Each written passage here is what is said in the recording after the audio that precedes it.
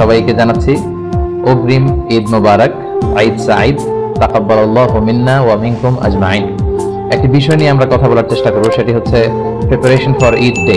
তো এই ঈদের দিনে বিষ্ণু সাল্লাল্লাহু আলাইহি ওয়াসাল্লাম এবং সাহাবারা কিভাবে প্রিপারেশন নিতেন, কি তারা আসলে করতেন, এই বিষয়ে আমরা আসলে জানার চেষ্টা করব। কিভাবে আল্লাহ রাসূল সাল্লাল্লাহু আলাইহি ওয়াসাল্লাম ঈদ পালন করতেন এবং কিভাবে সাহাবারা ঈদ পালন করতেন, এই বিষয়ে গণসচেতনতার জন্য আপনারা লাইভটি শেয়ার করবেন। মূল আলোচনায় চলে যাই। সম্মানিত সুধী, সিয়াম পালন করা, বা বিষ্ণু সাল্লাল্লাহু আলাইহি ওয়াসাল্লাম বলেছেন যে লিসাইমি ফারহাতান, ফারহাতুন ইনদা ফিতরিহি ওয়া ফারহাতুন ইনদা লিকাই রাব্বিহি। যারা সিয়াম পালন করে তাদের জন্য দুটি আনন্দের বিষয়। এক হচ্ছে তারা যখন 29 দিন বা 30 দিন রোজা রেখে তারপরে শাওয়ালের 1 তারিখে যখন তারা খাবার গ্রহণের মধ্য দিয়ে ঈদ পালন করে, এটা একটা আনন্দ।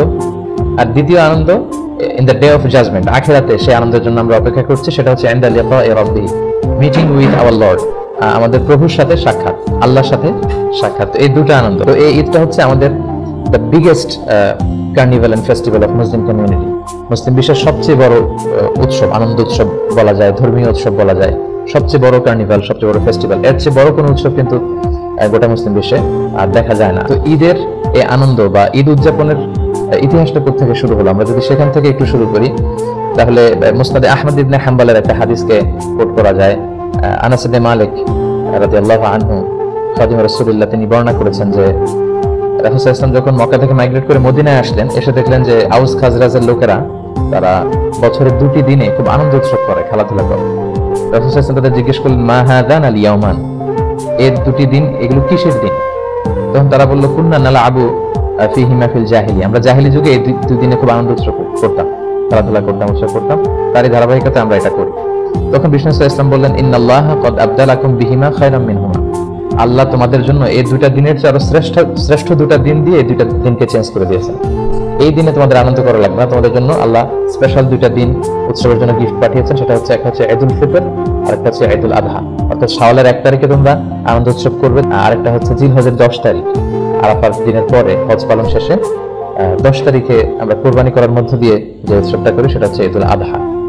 তো এই জন্য এই দিনটাকে বলা হয় আল মেহেরজান আল ইসলামী, মানে মুসলিম বিশ্বের সবচেয়ে বড় অনুষ্ঠান। ইয়াউমু আকলিন ওয়া শুরবিন ওয়া বিআলিন ওয়া ফারাহিন ওয়া সুরুর, এই দিনটা হচ্ছে আনন্দের দিন, শুভেচ্ছা বিনিময়ের দিন, খাবার দাবার এগুলো করবার দিন। তো ইসলামে আসলে 2টি সিচুয়েশনে একটু বেশি উৎসব করার ফ্লেক্সিবিলিটি দেওয়া হয়েছে। এক হচ্ছে বিয়ের উৎসব। বিয়েতে বিষ্ণু সাল্লাল্লাহু আলাইহি ওয়াসাল্লাম বলেছেন, আলিনুন নিকাহ বিদ-দুখুল, বিয়ের অনুষ্ঠানটা দফের ব্যান্ড পার্টি করে জানিয়ে দাও। দফ আর ঢোলের মূল পার্থক্য হচ্ছে ঢোলের 2 দিকে আটকানো থাকে, আর দফের একদিকে আটকানো, একদিক খোলা। তো বিশ্বনবী মক্কা থেকে মদিনা হিজরত করে এসেছেন, মদিনাবাসীরা সানিয়াতুল ওয়াদা নামক জায়গায় দফ নিয়ে বিশ্বনবীকে ওয়েলকাম করেছেন আর পড়েছিলেন তালা আল বাদরু আলাইনা মিন সানিয়াতুল ওয়াদা।